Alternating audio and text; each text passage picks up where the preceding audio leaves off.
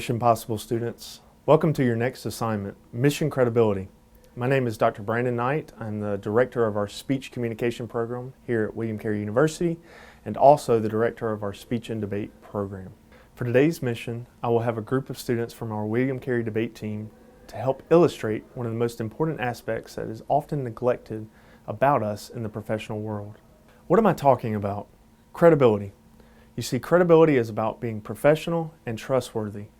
Aristotle, a classical philosopher, saw an importance in credibility. He called it one's ethos. And ethos is a matter of one's image and trustworthiness. And in fact, Aristotle said with ethos, if you can control your perception and your image, he said it is the controlling factor of influence. Meaning that if you can put forth a good perception, put forth a good professional, trustworthy image, then in fact, you are controlling the influence. If Aristotle was right, then ethos carries a lot more weight when thinking about future employment and employers. Perception matters, influence matters. And so today we're going to go through a few stages that hopefully helps us make small changes that in the end will bring about big differences. Subject. This is very lit. Hey, thank you so much for reaching out to me. I feel like I'm the perfect fit for this job because I just bring on the passion and also I bring on the fun to this career. B-Dog, I feel like we will get along very well during our interview. So as we said before, credibility is very important. And in writing this first email, this is your contact with the employer. Be sure not to write the email in such a way as if you're writing a text message to a friend. They note the tone and already have an image of you based on how you sound in the email. So be professional, not unprofessional. Dr. Knight, thank you for reaching out about the interview. I would be honored to be considered for this position, and I would be a great fit for this team. Please let me know the date and time when I can meet with you about this opportunity.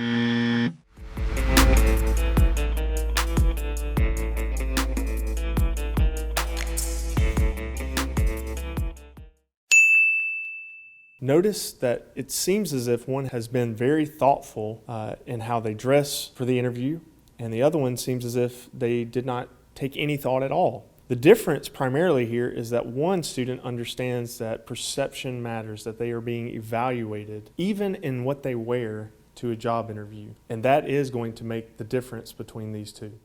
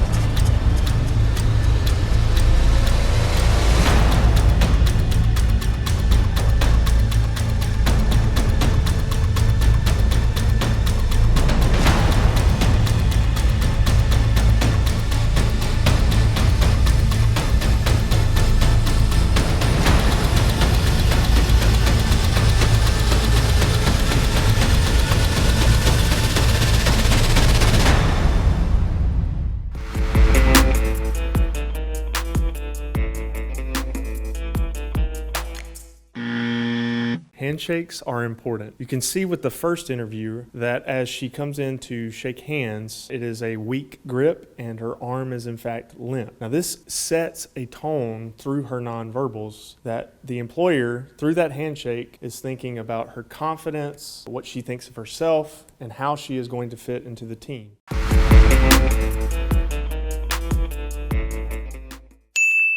The second interviewer comes in, shakes with a firm grip, and exudes confidence. The employer is going to see the excitement in the second interviewer as well as the confidence, and the decision between the two, if not just made from this point, is going to be easy.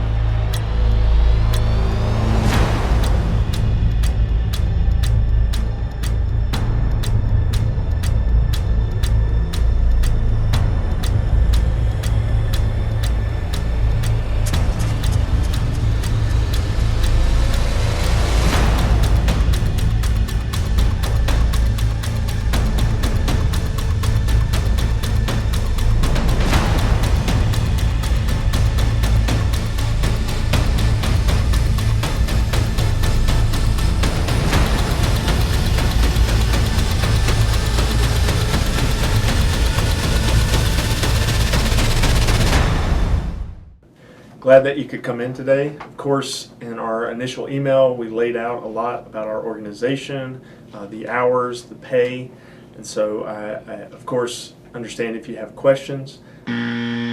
Research suggests that body language is 65%. Look at this first interviewer. He seems distracted, looking around the room, never making eye contact, and to the employer who is speaking to him, he seems as if that time is not important, that the job is not important, that something else is in fact more important. Thank you again for coming in today. Hopefully our email that we sent out last week answered a good many of your questions, both about pay as well as the amount of hours you'll be working each week. But of course, now that you've come into our office,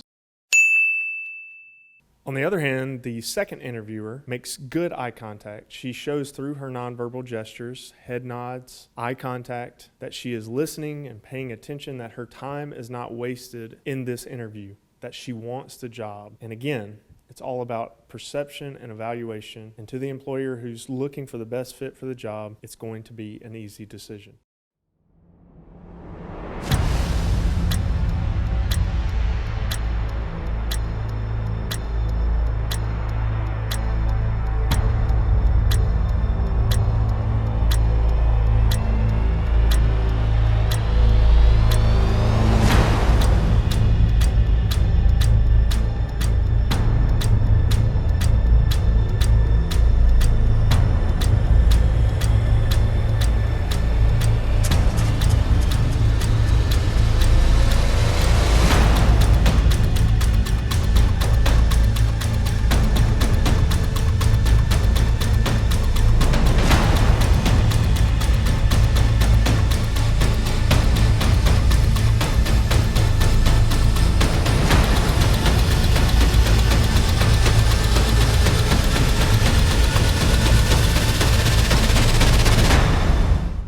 Again, I would just like to say thank you for coming in. Hopefully our email that we sent out last week answered a few of your questions. I know the email spoke of how much you'll need to work hourly wise, as well as how much your salary is.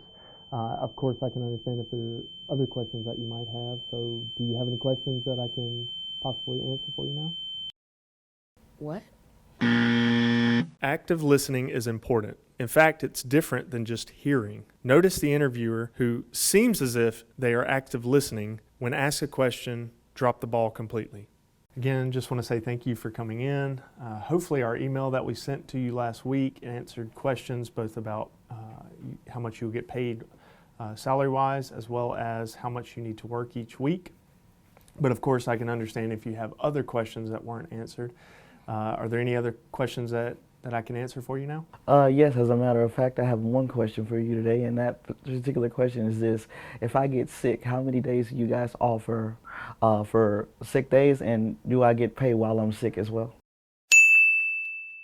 The other interviewer, again, showing through nonverbal gestures and eye contact, When asked the question, they're fully engaged and are able to immediately come back with a question.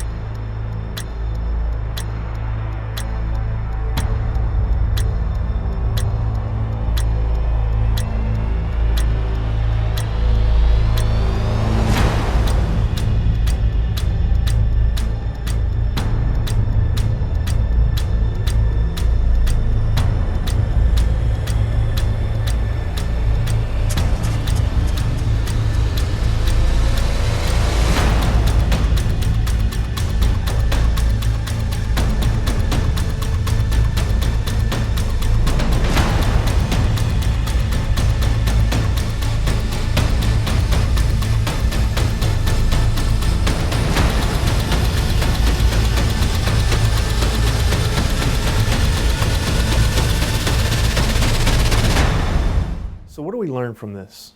Ultimately, I hope that you learn that perception matters. That as you enter into the job market, the way that you dress, interact, and even listen ultimately will be evaluated as you are attempting to get a job. Remember what Aristotle said, that ethos is the controlling factor. So as you prepare for the job context, remember that it's important that you control your image and control your ethos. You want to put your best foot forward. Remember, as you move into the professional world, it is the small things that make the biggest differences. That's a wrap. Before we can say mission accomplished, remember that you need to scan your QR code and fill out the mission report in order to receive credit.